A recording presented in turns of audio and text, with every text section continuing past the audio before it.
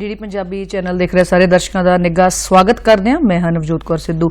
ਸੋ ਇਸ ਲਾਈਵ ਮੰਚ ਤੇ ਜੁੜੇ ਆ ਕੇਂਦਰ ਸਰਕਾਰ ਬਾਰੇ ਗੱਲ ਕਰਨ ਦੇ ਲਈ। ਜਦੋਂ ਗੱਲ ਕਰਦੇ ਆ ਕੇਂਦਰ ਸਰਕਾਰ ਦੇ 8 ਸਾਲ ਕੰਮ ਤੇ ਉਪਲਬਧੀਆਂ ਬਾਰੇ, उस समय चर्चा छिड़दी है एक चीज़ दी कि जो 2014 तो पहलां दी असीं गल करदे आ, उस विच गल चलदी सी कितना किते आले दुआले होण वाले भ्रिष्टाचार दी, आले दुआले होण वाले उन्हां मसलियां दी जिहड़े साडे सोसाइटी नूं प्रभावित करदे सी। पर जदों 2014 दी गल करदे आ, समां बदलदा, हालात बदलदे ने ते गलबात होनी शुरू हुंदी है तरक्की बारे, डिवेलपमेंट बारे, योजनावां बारे, ते इह सब कुछ मुमकिन होया मोदी सरकार करके। सो 8 साल मोदी सरकार दे शानदार उपलब्धियां दा सफर, इस बारे लाइव असीं जुड़े हां गलबात करन दे लई। सो इन्हां उपलब्धियां बारे कम्मां दे उत्ते झात पाउण लई अज दे मेहमान स्टूडियो च पहुंच चुके ने। उन्हां दा स्वागत करदे हां एडवोकेट अशोक सरीन जी दा। सरीन जी स्टूडियो बहुत बहुत स्वागत है जी।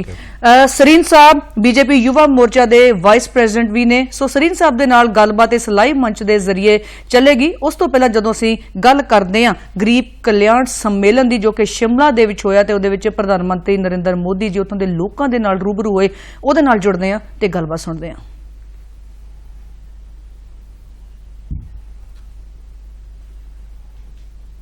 समा देवी जी नमस्ते। देवी जी सर मैं सिरमौर से हूँ। सिरमौर रहती हो? हाँ जी सर। अच्छा, चलिए हम भी कभी सिरमौर आया करते थे। समा देवी जी हाँ जी सर। हमें बताइए, आपने भारत सरकार की वो कौन सी योजनाएं हैं जिसका आपने लाभ लिया है, आपको फायदा मिला है? सर मुझे पहले तो प्रधानमंत्री आवास योजना के तहत मकान का मिला है, जिसमें कि मेरे पास बहुत ही कच्चा मकान था। मुझे ये सुविधा सरकार की ओर से भी मिली है। कुछ हमने दिहाड़ी मजदूरी करके कुछ पैसा हमने इकट्ठा भी किया था सर, जिससे कि हमें ये सुविधा मिली और कुछ पैसा वो लगा दिया, फिर हमने उस पैसे से अपना कच्चा मकान पक्का बना दिया है सर। सरकार की तरफ से कितना पैसा मिला समा जी? सर जी मुझे सरकार की तरफ से 1.5 लाख की राशि मिली थी। अच्छा, कोई दिक्कत तो नहीं हुई पैसा पाने में? नहीं सर, कोई दिक्कत नहीं हुई। अच्छा, हाँ जी सर। और मकान आपको जैसा चाहिए था वैसा बना दिया? हाँ जी सर। अभी मकान अच्छा बना दिया तो मेहमान भी बहुत आते होंगे? हाँ जी सर, मेहमान भी आते हैं। तो फिर नया नया खाना पकाना पड़ता होगा? हाँ जी सर। तो फिर खर्चा बढ़ गया होगा अब तो? कोई बात नहीं सर, ये तो आप लोगों की, आपके सरकार की और आपकी बहुत बहुत आभार व्यक्त करती हूँ मैं। खेती बाड़ी भी करती हूँ, छोटे से अपनी खेती बाड़ी भी है। तो खेती बाड़ी में क्या पकाती हो? सर अभी तो लहसुन चला हुआ है, फिर उसके बाद बीन हो गया, मटर हो गए, मटर भी हम लेट लगाते हैं। अभी तो मक्की और आलू। हाँ जी। अच्छा, हाँ जी सर। तो आपको पीएम किसान सम्मान निधि का पैसा मिलता है? हाँ जी सर, मुझे पीएम सरकार किसान निधि का पैसा भी मिलता है, जो कि मुझे 2-2 हजार करके साल के 6,000 मिलते हैं सर। अच्छा। हाँ जी सर, इसका भी मैं आपसे बहुत बहुत धन्यवाद करना चाहती हूँ, आपसे भी, पीएम मोदी जी और सरकार से भी। समाज जी आपको बहुत बहुत नमस्कार। आपने बहुत अच्छे ढंग से बताया, मैं आपका आभारी हूँ। धन्यवाद जी।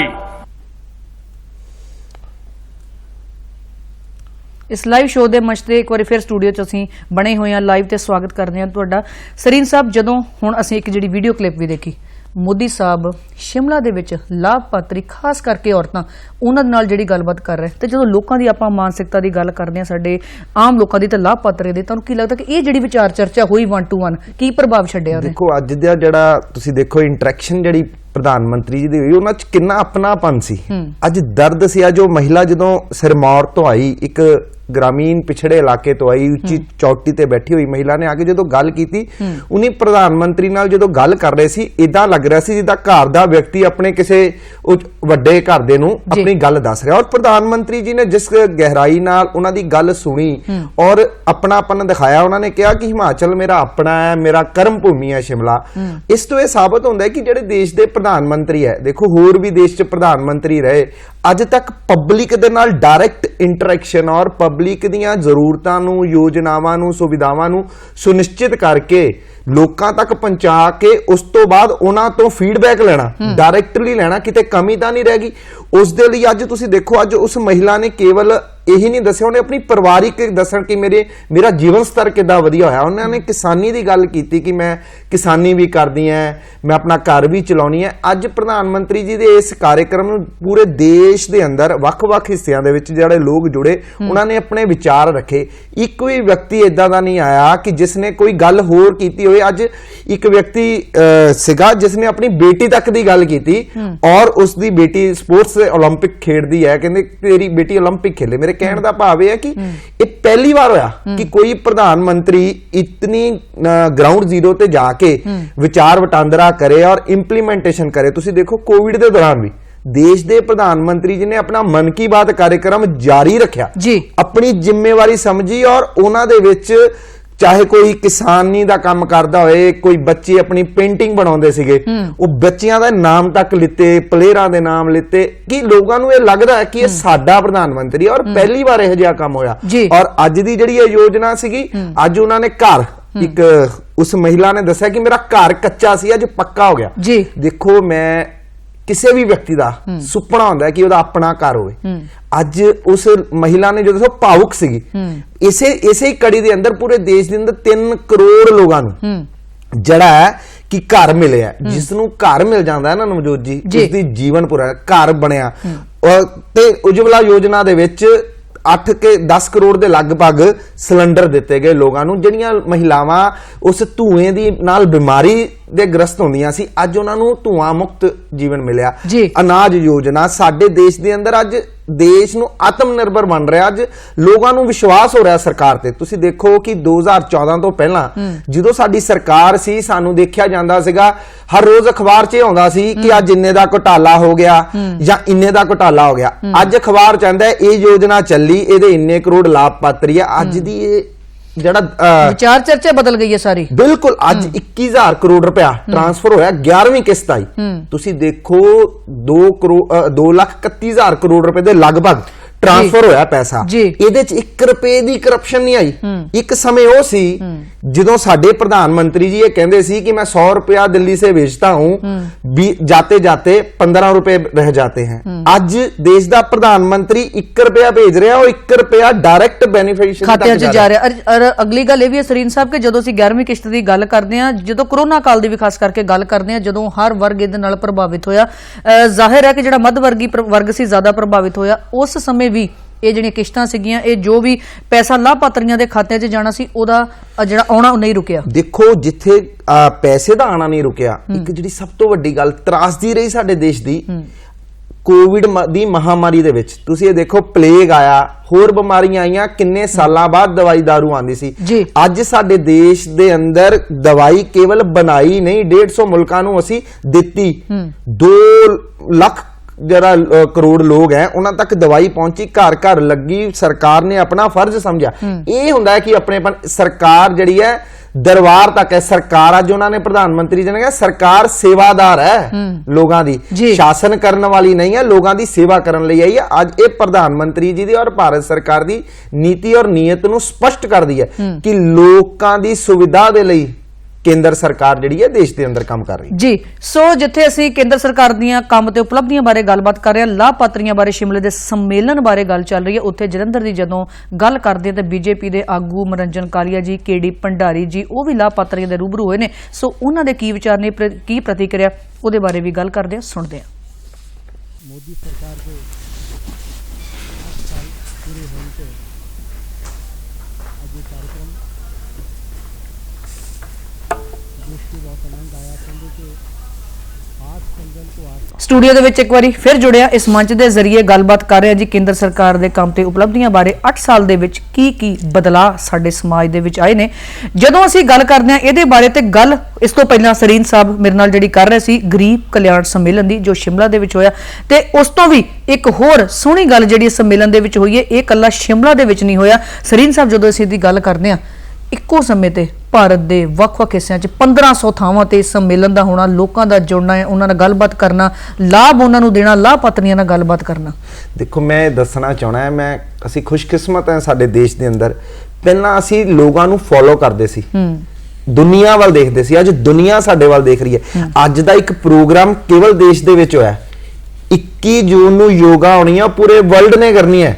ਇਹ ਦੇਸ਼ ਦੀ ਆਜ਼ਾਦੀ ਤੋਂ ਬਾਅਦ ਪਹਿਲੀ ਵਾਰ ਹੋਇਆ। ਇਹ ਵੀ ਇਸ ਦਾ ਸ਼੍ਰੇਅ ਜਿਹੜਾ ਹੈ 130 ਕਰੋੜ ਦੇਸ਼ ਵਾਸੀਆਂ ਨੂੰ ਜਾਂਦਾ ਹੈ ਕਿ ਉਹਨਾਂ ਨੇ ਅੱਗੇ ਲਾਇਆ, ਆਪਣਾ ਨੇਤਾ ਚੁਣਿਆ ਪ੍ਰਧਾਨ ਮੰਤਰੀ ਜੀ ਨੂੰ। ਅੱਜ ਪੂਰਾ ਵਰਲਡ ਉਹਨਾਂ ਦੇ ਇੱਕ ਇਸ਼ਾਰੇ ਤੇ, ਉਹਨਾਂ ਦੇ ਇੱਕ ਸੰਦੇਸ਼ ਤੇ, ਉਹਨਾਂ ਦੀ ਇੱਕ ਨਿਵੇਦਨ ਤੇ ਇਕਜੁੱਟ ਹੁੰਦਾ ਹੈ, ਇੱਕ ਸਮੇਂ ਦੇ ਉੱਤੇ ਸਭ ਕਰਦਾ। ਇਸੇ ਤਰ੍ਹਾਂ ਹੀ ਜਿਹੜਾ ਅੱਜ ਇਹ ਕੰਮ ਚੱਲ, ਕਿਉਂਕਿ ਸਾਡੀ ਸਰਕਾਰ ਦੀ ਨੀਅਤ, ਅੱਜ ਪ੍ਰਧਾਨ ਮੰਤਰੀ ਜੀ ਨੇ ਕਿਹਾ ਸਾਡੀ ਨੀਅਤ ਜਿਹੜੀ ਹੈ, ਨੀਤੀ ਜਿਹੜੀ ਹੈ ਸਪਸ਼ਟ ਹੈ, ਸਬਕਾ ਸਾਥ, सबका विकास, सबका विश्वास। ਤੁਸੀਂ ਦੇਖੋ ਸਾਡੀ ਸਰਕਾਰ ਦੇ ਅੰਦਰ ਦਿਨ ਪ੍ਰਤੀ ਦਿਨ, ਪਹਿਲਾਂ ਜਦੋਂ 2014 ਤੋਂ ਪਹਿਲਾਂ ਸਾਡੇ ਦੇਸ਼ ਦੇ ਆਪਾਂ ਬਾਰਡਰ ਸਟੇਟ 'ਚ ਰਹਿੰਦੇ ਆ, ਇੱਕ ਹਊਆ ਹੁੰਦਾ ਸੀ ਪਾਕਿਸਤਾਨ, ਚਾਈਨਾ।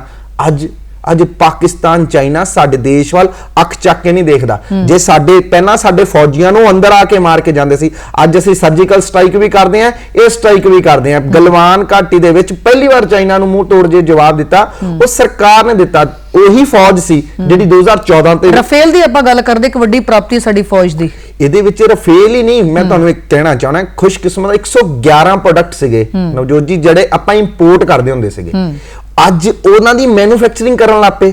ਅੱਜ ਤੇਜਸ, ਅੱਜ ਵਿਦੇਸ਼ਾਂ ਨੂੰ ਅਸੀਂ ਐਮਿਸ਼ਨ ਵੇਚਣ ਲੱਗ ਪਏ ਆ। ਇੰਪੋਰਟਰ ਨਹੀਂ ਹੋਏ, ਆਪਾਂ ਐਕਸਪੋਰਟਰ ਬਣ ਗਏ। ਔਰ ਸਭ ਤੋਂ ਵੱਡੀ ਗੱਲ, ਅੱਜ ਵਰਲਡ ਸਾਡੇ ਵੱਲ ਦੇਖ ਰਿਹਾ ਕਿ ਦੇਸ਼ ਸਾਡਾ ਸ਼ਕਤੀਸ਼ਾਲੀ ਬਣ ਰਿਹਾ, ਦੇਸ਼ ਸਾਡਾ ਤਰੱਕੀ ਵੱਲ ਜਾ ਰਿਹਾ। ਉਹ ਤਾਂ ਹੀ ਜਾ ਰਿਹਾ ਕਿ ਸਾਡਾ ਦੇਸ਼, ਸਾਡੇ ਜਿਹੜੇ ਲੋਕ ਹੈ ਉਹਨਾਂ ਨੇ ਵਿਸ਼ਵਾਸ ਕੀਤਾ ਔਰ ਸਰਕਾਰ ਨੇ ਆਪਣੀ ਜ਼ਿੰਮੇਵਾਰੀ ਨਿਭਾਈ। ਕਿਉਂਕਿ ਤੁਸੀਂ ਦੇਖੋ ਪਹਿਲਾਂ ਕਮਿਸ਼ਨ 'ਚ ਡਿਵੈਲਪਮੈਂਟ ਹੁੰਦੀ ਸੀ, ਅੱਜ ਦੇਸ਼ ਦੀ ਡਿਵੈਲਪਮੈਂਟ ਹੋ ਰਹੀ ਹੈ। ਅੱਜ ਰੋਡ ਸਟਰਕਚਰ ਸਾਡਾ ਵੱਧ ਰਿਹਾ। ਹਾਈਵੇ ਪਹਿਲਾਂ ਸਾਡੇ 24,697 ਕਿਲੋਮੀਟਰ ਦੇ ਸੀ, ਅੱਜ 74,407 ਕਿਲੋਮੀਟਰ ਤੇ ਪਹੁੰਚ ਗਏ। ਫੋਰੈਕਸ ਜਿਹੜਾ ਫੋਰਨ ਰਿਜ਼ਰਵ ਸਾਡੇ ਕੋਲ ਫੋਰੈਕਸ ਰਹਿੰਦਾ ਸੀਗਾ, ਪਹਿਲਾਂ ਸਾਡਾ 304 ਬਿਲੀਅਨ ਸੀਗਾ, ਵੱਧ ਤੋਂ ਵੱਧ 2014 ਤੋਂ ਪਹਿਲਾਂ। ਅੱਜ ਅਸੀਂ 597 ਬਿਲੀਅਨ, ਮਤਲਬ ਕਹਿੰਦਾ ਹੈ ਕਿ ਡਬਲ। ਪਹਿਲਾਂ ਮੋਬਾਈਲ ਸਮਾਰਟਫੋਨ ਸਿਰਫ 2 ਕੰਪਨੀ ਯੂਨਿਟ ਸੀ ਸਾਡੇ ਦੇਸ਼ ਦੇ ਵਿੱਚ, ਅੱਜ 200 ਯੂਨਿਟ ਹੈ। ਪਹਿਲਾਂ ਸਾਡੇ ਜਿਹੜਾ ਹੈ 2% ਐਕਸਪੋਰਟ ਕਰਦੇ ਸੀ ਅਸੀਂ ਸਮਾਰਟਫੋਨ ਦੀ, ਉਹਦੇ ਅਸੈਸਰੀਜ਼ ਲਾ ਲਓ ਜਾਂ ਕੁਝ ਕਰ ਲਓ। ਅੱਜ ਅਸੀਂ 12% ਐਕਸਪੋਰਟ ਕਰ। ਦੇਖੋ ਜੀਡੀਪੀ ਦੇਸ਼ ਦੀ ਵੱਧ ਰਹੀ ਹੈ, ਦੇਸ਼ ਦਾ ਸਭ ਕੁਝ ਵੱਧ ਰਿਹਾ ਹੈ। ਔਰ ਸਭ ਤੋਂ ਜ਼ਿਆਦਾ ਜੇ ਮੈਂ ਨਵਜੋਤ ਜੀ ਗੱਲ ਕਰੀਏ ਕਿ ਕਿਸੇ ਵੀ ਮੁਲਕ ਦੀ ਤਰੱਕੀ, ਕੋਵਿਡ ਦੇ ਵਿੱਚ ਸਾਡਾ ਦੇਸ਼, ਇੰਨਾ ਦੇਸ਼ ਔਰ ਦੁਨੀਆ ਜਿਨ੍ਹਾਂ ਕੋਲ ਐਸੈਟ ਸੀ, ਜਿਨ੍ਹਾਂ ਕੋਲ ਸਾਰੀ ਫੰਕਸ਼ਨ ਪ੍ਰਬੰਧ ਸੀ, ਇਟਲੀ, ਅਮਰੀਕਾ, ਉਹ ਫੇਲ ਹੋ ਗਏ। ਪਰ ਸਾਡਾ ਦੇਸ਼, ਦੇਸ਼ ਵਾਸੀਆਂ ਦੀ ਤਾਕਤ ਨਾਲ, ਇਕਜੁੱਟਤਾ ਨਾਲ, ਸਰਕਾਰ ਦੀ ਸਹੀ ਨੀਤੀਆਂ ਨਾਲ ਅਸੀਂ ਇਸ ਮੁਸੀਬਤ ਚੋਂ ਨਿਕਲੇ ਹੀ ਨਹੀਂ, ਅਸੀਂ ਲੋਕਾਂ ਨੂੰ ਵੀ ਕੱਢਿਆ। ਕਿਉਂਕਿ ਸਰਕਾਰ ਦੀ ਨੀਤੀ ਔਰ ਨੀਅਤ ਤੇ ਗੱਲ ਆਂਦੀ ਹੈ 2014 ਤੋਂ ਪਹਿਲਾਂ, ਕਿਉਂਕਿ ਕੋਈ ਵੀ ਸਟਰਕਚਰ ਬਹੁਤ ਜ਼ਰੂਰੀ ਹੁੰਦਾ ਹੈ ਪੂਰੇ ਦੇਸ਼ ਦੇ ਅੰਦਰ ਐਜੂਕੇਸ਼ਨ ਸੈਟਅਪ ਨੂੰ ਠੀਕ ਕਰਨ ਦੇ ਲਈ। ਸਾਡੇ ਦੇਸ਼ 'ਚ 2014 ਤੋਂ ਪਹਿਲਾਂ 723 ਯੂਨੀਵਰਸਿਟੀਆਂ ਸੀਗੀਆਂ, ਅੱਜ 1043 ਹੋ ਗਈਆਂ। ਬਿਲਕੁਲ, ਕਿਉਂਕਿ ਇੱਥੇ ਮੈਂ ਮਾਫੀ ਚਾਹੁੰਦੀ ਤੁਹਾਨੂੰ ਰੋਕਣ ਲਈ। ਇੱਕ ਹੋਰ ਚੀਜ਼ ਮੈਂ ਚਾਹੁੰਦੀ ਕਿ ਸਰੀਨ ਸਾਹਿਬ ਆਪਾਂ ਇਹਦੇ ਬਾਰੇ ਗੱਲ ਕਰੀਏ ਕਿ ਜਿਹੜੀ ਹੁਣ ਇੱਕ ਹੋਰ ਅਚੀਵਮੈਂਟ ਹੈ ਜਿਹੜੀ ਸਿਰਾ ਬੰਨਿਆ ਜਾਏਗਾ ਸੈਂਟਰ ਗਵਰਨਮੈਂਟ ਦੇ ਵੱਲ, ਕਿ ਜਿਹੜੀ ਨਿਊ ਐਜੂਕੇਸ਼ਨ ਪਾਲਿਸੀ, ਬਹੁਤ ਲੰਮੇ ਸਮੇਂ ਤੋਂ ਬਾਅਦ ਐਜੂਕੇਸ਼ਨ ਸਿਸਟਮ ਦੇ ਵਿੱਚ ਜਿਹੜਾ ਬਦਲਾਅ ਹੋਣ ਜਾ ਰਿਹਾ। ਦੇਖੋ ਜਾਪਾਨ ਦੇ ਅੰਦਰ, ਅਮਰੀਕਾ ਦੇ ਅੰਦਰ ਬੱਚਿਆਂ ਨੂੰ ਪੜਾਇਆ ਜਾਂਦਾ, ਉਹ ਕਹਿੰਦੇ I am Japanese, I am American. ਉਹਨਾਂ ਨੂੰ ਆਪਣੇ ਦੇਸ਼ ਦਾ ਇਤਿਹਾਸ ਪੜਾਇਆ ਜਾਂਦਾ। ਸਾਨੂੰ ਜਿਹੜਾ ਇਤਿਹਾਸ ਪੜਾਇਆ ਜਾਂਦਾ ਸੀਗਾ, ਜਿਨ੍ਹਾਂ ਨੇ ਸਾਡੇ ਤਸ਼ੱਦਦ ਕੀਤੀ, ਜਿਨ੍ਹਾਂ ਨੇ ਸਾਡੇ ਤੇ ਜ਼ੋਰ ਜ਼ੁਲਮ ਕੀਤਾ, ਉਹਨਾਂ ਦਾ ਇਤਿਹਾਸ ਪੜਾਇਆ ਜਾਂਦਾ ਸੀ। ਜਿਨ੍ਹਾਂ ਨੇ ਦੇਸ਼ ਨੂੰ ਆਜ਼ਾਦ ਕਰਾਇਆ, ਜਿਨ੍ਹਾਂ ਨੇ ਗੁਰੂਆਂ ਪੀਰਾਂ ਨੇ ਸਾਨੂੰ ਦਿਸ਼ਾ ਸਾਡੇ ਦੇਸ਼ ਦੀ ਸੁਧਾਰਨ ਲਈ ਸਾਡੇ ਲਈ ਬਲੀਦਾਨ ਦਿੱਤੇ, ਉਹ ਸਾਨੂੰ ਘੱਟ ਪੜਾਇਆ ਜਾਂਦਾ ਸੀ, ਜਿਹਦੇ ਕਰਕੇ ਸਾਡੇ ਦੇਸ਼ ਦੇ ਵਿੱਚ ਕਿਤੇ ਨਾ ਕਿਤੇ ਅਸੀਂ ਐਜੂਕੇਸ਼ਨ ਸੈਟਅਪ 'ਚ ਪਿੱਛੇ ਰਹਿੰਦੇ ਸੀ। ਫਿਰ ਇੱਕ ਲੈਂਗੁਏਜ ਦਾ ਸਿਸਟਮ ਰਹਿੰਦਾ ਸੀ। ਅੱਜ ਉਹਨਾਂ ਨੇ ਕਿ ਡਾਕਟਰ ਦੀ ਪੜ੍ਹਾਈ ਆਪਣੀ ਸਟੇਟ ਲੈਂਗੁਏਜ 'ਚ ਬੱਚਾ ਪੜ੍ਹੇ। ਦੇਖੋ ਅਸੀਂ ਜਿਹੜੇ ਸੀਗੇ ਐਜੂਕੇਸ਼ਨ 'ਚ ਤਾਂ ਆ ਗਏ ਸੀ, ਪਰ शिक्षित सी पर प्रशिक्षित नहीं सी जी। ਇਹਦੇ ਨਾਲ ਸਾਡਾ शिक्षण भी होएगा, प्रशिक्षण भी होएगा, अनुभव भी होएगा, 4 ਬੰਦਿਆਂ ਦੇ ਵਿੱਚ ਬੈਠ ਕੇ ਵਿਚਾਰ ਵਟਾਂਦਰਾ ਵੀ ਹੋਏਗਾ। ਇਹ ਵੀ ਇੱਕ ਬਹੁਤ ਵੱਡੀ ਉਪਲਬਧੀ ਹੈ। ਔਰ ਜਿਹੜਾ ਇਹ ਸਾਰਾ ਸੈਟਅਪ ਕਰਨ ਦੇ ਲਈ ਸਾਡੇ ਜਿਹੜੇ ਸਰਕਾਰ ਨੂੰ ਰਹੇ 16 IIT ਤੋਂ ਅਸੀਂ ਅੱਜ 23 IIT ਤੇ ਚੱਲ ਗਏ, 13 IIM ਤੋਂ ਅੱਜ ਅਸੀਂ 20 IIM ਤੇ ਚੱਲ ਗਏ। ਉਹਦਾ ਬੈਨੀਫਿਟ ਹੈ ਬੱਚਿਆਂ ਦੇ ਵਿੱਚ ਉਨੀ ਗਿਣਤੀ ਵਧੇਗੀ, ਉਨੇ ਬੱਚੇ ਜ਼ਿਆਦਾ ਇੰਜੀਨੀਅਰਿੰਗ ਕਰਨਗੇ, ਡਾਕਟਰੀ ਕਰਨਗੇ। ਔਰ ਸਭ ਤੋਂ ਵੱਡੀ ਗੱਲ ਜੀ, ਇੱਕ ਆਮ ਜਨਮਾਨਸ ਨੂੰ ਕੀ ਚਾਹੀਦਾ, ਉਹਨੂੰ ਦਵਾ ਦਾਰੂ ਚਾਹੀਦੀ ਹੁੰਦੀ। ਸਾਡੇ ਦੇਸ਼ 'ਚ ਸਿਰਫ 7 ਏਮਜ਼ 70 ਸਾਲਾਂ 'ਚ ਖੁੱਲੇ ਸੀ 2014 ਤੱਕ, ਅੱਜ ਉਹ 22 ਹੋ ਗਏ। ਮੈਡੀਕਲ ਕਾਲਜ ਸਿਰਫ 387 ਸੀ, ਅੱਜ ਉਹ 596 ਹੋ ਗਏ। ਇੱਕ ਹੋਰ ਜਿਹੜੀ ਸਭ ਤੋਂ ਵੱਡੀ ਜਿਹੜੀ ਗੱਲ ਸੀਗੀ, ਜਿਹੜੀ ਇੱਕ ਦਵਾਈ ਦੇ ਨਾਮ ਦੇ ਉੱਤੇ ਇੱਕ ਗਰੀਬ ਕੋਈ ਦਵਾਈ ਲੈਂਦਾ ਸੀਗਾ, ਉਹਦੇ ਕੋਲ ਪੈਸੇ ਨਹੀਂ ਹੁੰਦੇ ਸੀ, ਉਹਦੇ ਸਾਰੇ ਪੈਸੇ ਦਵਾਈਆਂ ਤੇ ਲੱਗ ਜਾਂਦੇ ਸੀ ਜਾਂ ਮਜਬੂਰੀ ਦੇ ਵਿੱਚ ਉਹ ਦਵਾਈ ਤੋਂ ਕਿਨਾਰਾ ਕਰਦਾ ਸੀ। ਅੱਜ ਜਨ ਔਸ਼ਧੀ ਸੈਂਟਰ ਖੁੱਲਿਆ, ਜੈਨਰਿਕ ਦਵਾਈਆਂ 50,000 ਕਰੋੜ ਡਾਲਰ ਤੋਂ ਵੱਧ ਦਾ ਬਿਜ਼ਨਸ ਹੋ ਗਿਆ। ਇੱਥੋਂ ਤੱਕ ਕਿ ਆਉਣ ਵਾਲੇ ਸਮੇਂ 'ਚ ਇਦਾਂ ਦੀਆਂ ਪਾਲਿਸੀਆਂ ਨੇ ਕਿ ਵਿਦੇਸ਼ ਸਾਡੀ ਜੈਨਰਿਕ ਦਵਾਈਆਂ ਨੂੰ ਇੰਪੋਰਟ ਕਰਨ ਲੱਗ ਪਏ। ਜੀ, ਸੋ ਕੇਂਦਰ ਸਰਕਾਰ ਦੀਆਂ ਜਿਹੜੀਆਂ ਉਪਲਬਧੀਆਂ ਨੇ, ਕੰਮ ਨੇ, ਇੱਕ ਲੰਬਾ ਸਫ਼ਰ ਉਹਨੇ ਤੈਅ ਕੀਤਾ ਤੇ ਉਹਦੇ ਬਾਰੇ ਇੱਕ ਕਰਕੇ ਗੱਲ ਜਿਹੜੀ ਅਸ਼ੋਕ ਸਰੀਨ ਜੀ ਐਡਵੋਕੇਟ ਮੇਰੇ ਨਾਲ ਕਰ ਰਹੇ ਨੇ, ਇਹਨੂੰ ਥੋੜਾ ਜਿਹਾ ਰੋਕਦੇ ਆ ਕਿਉਂਕਿ ਜਦੋਂ ਅਸੀਂ ਗੱਲ ਕਰਦੇ ਆ ਬੀਜੇਪੀ ਆਗੂ ਮਨੋਰੰਜਨ ਕਾਲੀਆ ਜੀ ਦੀ, KD ਭੰਡਾਰੀ ਜੀ ਦੀ, ਸੋ ਉਹਨਾਂ ਦੇ ਨਾਲ ਰਾਬਤਾ ਸਾਡਾ ਦੁਬਾਰਾ ਕਾਇਮ ਹੋਇਆ। ਆਡੀਓ ਜਿਹੜੀ ਅਸੀਂ ਸੁਣਾਂਗੇ, ਵਿਚਾਰ ਉਹਨਾਂ ਦੇ ਜਾਣਾਂਗੇ, ਆਓ ਗੱਲਬਾਤ ਕਰਦੇ ਹਾਂ। मोदी सरकार के 8 साल पूरे होने से आज ये कार्यक्रम देख के बहुत आनंद आया। कहते कि पाठ कंगन को आरसी किया, पढ़े लिखे को फारसी। जिस ढंग नाल 8 सालों के चहुमुखी विकास और जो माननीय नरेंद्र मोदी जी ने सौ चुकी सी और पहला जो भाषण पार्लीमेंट दिता सी, उन्होंने कहा सीगा कि गरीबों की सरकार है, किसानों की सरकार है, मजलूमां की सरकार है और उन्होंने प्रति जिहड़ा हैगा काम करके बताया 8 सालों में। और जिहड़ा हुण टीचा मिथ्या कि भी असी इस देश नूं परम वैभव तक लैके जाना, उस दे वल वधिए 21वें भारत का नया भारत का निर्माण करना है। क्योंकि अज कोई कोना ऐसा नहीं है जिथे लाभ ना मिलिया हो। इस गल का सबूत तुहाडे सामने जिहड़े लोगों नाल गलबात की प्रधानमंत्री जी ने देश के कोने कोने तो साफ नज़र आता है कि लाभ जिहड़ा हैगा आम लोगों तक पहुँच रहा है। सो मैं बधाई देना, मंगल कामना करदा कि सरकार इसी तरह ही चढ़दी कला च रहे। लाभपात्रियों के नाल उन्होंने इंटरैक्शन करके एक नवी मिसाल पेश की है कि देश का जिहड़ा गरीब तो गरीब इंसान है, जिहड़ा अखीरले कोने ते बैठा वा, उन्होंने भी ये सुविधावां का लाभ प्राप्त हो रहा है। ये बहुत ही वड्डी गल मैं कह सकदा मैं। और अज देश परम वैभव ते पहुँच रहा है, देश सुपर पावर बन रहा है। 8 साल की यात्रा के दौरान ये लोगों को महसूस होया कि देश के प्रधानमंत्री साहब ने देश का कितना नाम उच्चा किया है। मैं देश के प्रधानमंत्री साहब को बहुत ही बधाई दिना वा, उन्होंने पूरी टीम नूं, और ईश्वर अगे प्रे करूँगा कि ये टीम इस तरीके नाल हिंदुस्तान नूं परम वैभव ते लैके जावे। जो साडे सारिਆਂ ਦਾ सपना सी वो साकार होवे, हिंदुस्तान मुड़ के सोने की चिड़िया बने, परम वैभव ते पहुँचे और मोदी साहब की सेहत दुरुस्त रहे, तंदुरुस्त रहन और इस तरीके नाल देश की उत्थान करके देश नूं अगां लियाण वास्ते अपना योगदान पाण। स्टूडियो 'ਚ ਇੱਕ ਵਾਰੀ ਫਿਰ ਤੋਂ ਸਵਾਗਤ ਕਰਦੇ ਹਾਂ। ਐਡਵੋਕੇਟ ਅਸ਼ੋਕ ਸਰੀਨ ਜੀ ਮੇਰੇ ਨਾਲ ਲਾਈਵ ਬਣੇ ਹੋਏ ਨੇ। ਕੇਂਦਰ ਸਰਕਾਰ ਦੇ 8 ਸਾਲ ਕੰਮ ਤੇ ਉਪਲਬਧੀਆਂ ਦੀ ਗੱਲ ਕਰਦੇ ਹਾਂ। ਜਦੋਂ ਕਾਲੀਆ ਸਾਹਿਬ ਦੀ ਬਾਈਟ ਤੋਂ ਪਹਿਲਾਂ, KD ਭੰਡਾਰੀ ਜੀ ਦੀ ਗੱਲ ਤੋਂ ਪਹਿਲਾਂ ਇੱਕ ਗੱਲ ਕੀਤੀ ਤੁਸੀਂ ਯੋਗਾ ਡੇ ਦੀ, ਵਿੱਚ ਵਿਚਾਲੇ ਮੈਨੂੰ ਇੱਕ ਹੋਰ ਚੀਜ਼ ਚੇਤੇ ਆਈ ਕਿ ਡਾਕਟਰ ਅਬਦੁਲ ਕਲਾਮ ਦੀ ਜਦੋਂ ਆਪਾਂ ਗੱਲ ਕਰਦੇ ਹਾਂ, ਸਾਇੰਟਿਸਟ ਬਹੁਤ ਵੱਡਾ ਇੱਕ ਕੰਟਰੀਬਿਊਸ਼ਨ ਦੇਸ਼ ਦੇ ਲਈ ਰਿਹਾ। ਅੱਛਾ, ਉਹਨਾਂ ਦਾ ਜਦੋਂ ਜਨਮ ਦਿਨ ਆਉਂਦਾ ਸੀ, ਅੱਜ ਤੱਕ ਲੋਕ ਇਹ ਜਾਣਦੇ ਸੀ ਕਿ 15 ਅਕਤੂਬਰ ਦਾ ਇਦਾਂ ਦਾ ਦਿਨ ਹੈ ਜਦੋਂ ਡਾਕਟਰ ਕਲਾਮ ਦਾ ਅਸੀਂ ਜਨਮ ਦਿਨ ਮਨਾਉਣਾ। ਜਦੋਂ ਅਸੀਂ ਮੋਦੀ ਸਰਕਾਰ ਦੀ ਗੱਲ ਕਰਦੇ ਹਾਂ, ਇੱਕ ਇਹੋ ਜੀ ਇੱਕ ਹੋਰ ਬਦਲਾਅ ਉਹਨਾਂ ਨੇ ਸਮਾਜ ਦੇ ਵਿੱਚ ਲਿਆਂਦਾ, ਦੇਸ਼ ਦੇ ਵਿੱਚ ਲਿਆਂਦਾ ਕਿ ਉਹ ਸਿਰਫ ਸਾਡੇ ਡਾਕਟਰ ਅਬਦੁਲ ਕਲਾਮ ਰਾਸ਼ਟਰਪਤੀ ਨਹੀਂ ਰਹੇ, ਉਹਨਾਂ ਨੇ ਜੋ ਵਿਦਿਆਰਥੀਆਂ ਦੇ ਲਈ ਕੀਤਾ, ਜੋ ਨੌਜਵਾਨਾਂ ਦੇ ਲਈ ਕੀਤਾ। ਸੋ ਸਟੂਡੈਂਟ ਡੇ, ਵਿਦਿਆਰਥੀਆਂ ਦਾ ਦਿਵਸ ਜਿਹੜਾ ਉਹਨੂੰ ਮਨਾਇਆ ਜਾਏਗਾ ਤੇ ਇੱਕ ਨਵੀਂ ਰੂਹ ਕਾਲਜਾਂ ਯੂਨੀਵਰਸਿਟੀਆਂ 'ਚ ਫੂਕੀ। ਇਦਾਂ ਹੀ ਹੈ, ਇਹ ਚੀਜ਼ ਦੱਸਦੀ ਹੈ ਕਿ ਤੁਹਾਡੀ ਅਕਾਊਂਟੇਬਿਲਟੀ ਕੀ ਹੈ, ਜੀ ਤੁਹਾਡਾ ਵਿਜ਼ਨ ਕੀ ਹੈ। ਇਸੇ ਤਰ੍ਹਾਂ ਜਿੱਦਾਂ ਡਾਕਟਰ ਅਬਦੁਲ ਕਲਾਮ ਜੀ, ਉਹਨਾਂ ਨੂੰ ਮਿਸਾਈਲ ਮੈਨ ਵੀ ਕਿਹਾ ਜਾਂਦਾ, ਜਿੱਥੇ ਉਹਨਾਂ ਦਾ ਕੀਤਾ ਉੱਥੇ ਹੀ 14 ਨਵੰਬਰ ਨੂੰ ਸਾਡੇ ਪੰਜਾਬ 'ਚ ਜਿਹੜੇ ਸਾਹਿਬਜ਼ਾਦੇ ਸ਼ਹੀਦ ਹੋਏ ਸੀ ਉਹਨਾਂ ਦਾ ਦਿਹਾੜਾ ਦਿੱਤਾ। ਦੇਖੋ, ਇਹ ਛੋਟੀਆਂ ਚੀਜ਼ਾਂ ਨਹੀਂ ਹੁੰਦੀਆਂ, ਇਹ ਇੱਕ ਕਹਿੰਦੇ ਆ ਕਿ ਸਿੰਬੋਲਿਕ ਮੈਸੇਜ ਹੁੰਦਾ ਹੈ, ਇਹ ਆਕਰਸ਼ਿਤ ਕਰਦਾ ਹੈ ਔਰ ਬੱਚਿਆਂ 'ਚ ਛੋਟੀ ਆਉਣ ਵਾਲੀ ਪੀੜ੍ਹੀ ਚਾਹੁੰਦਾ ਕਿ ਇਹ ਦਿਨ ਕਿਉਂ ਸੀ। ਇਤਿਹਾਸ ਜਾਣਨ ਦਾ ਬੱਚਿਆਂ ਦੇ ਮਨ 'ਚ ਇੱਕ ਜਜ਼ਬਾ ਪੈਦਾ ਕਰਦਾ ਹੈ, ਇਹ ਇੱਕ ਵਿਜ਼ਨ ਹੁੰਦਾ ਹੈ ਜਿਹਦਾ ਬੜਾ ਚੰਗਾ ਰਿਜ਼ਲਟ ਹੁੰਦਾ ਹੈ। ਕਿਉਂਕਿ ਇਸ ਤੋਂ ਪਹਿਲਾਂ ਸ਼ਾਇਦ ਸਿੱਖ ਕੌਮ ਤੋਂ ਬਿਨਾਂ ਆਪਾਂ ਜਦੋਂ ਗੱਲ ਕਰਦੇ ਹਾਂ ਤੇ ਉਸ ਦਿਨ ਦਾ ਸ਼ਾਇਦ ਬਹੁਤ ਘੱਟ ਲੋਕਾਂ ਨੂੰ ਪਤਾ ਸੀਗਾ। ਪਤਾ ਸੀ ਜੀ, ਉਹੀ ਤੁਹਾਨੂੰ ਜਿਹੜੀ ਨਵਜੋਤ ਜੀ ਗੱਲ ਐਜੂਕੇਸ਼ਨ ਪਾਲਿਸੀ 'ਚ ਇਹ ਚੀਜ਼ਾਂ ਕਿਤੇ ਨਾ ਕਿਤੇ ਵਾਂਝੇ ਰੱਖੀਆਂ ਗਈਆਂ ਸੀਗੀਆਂ।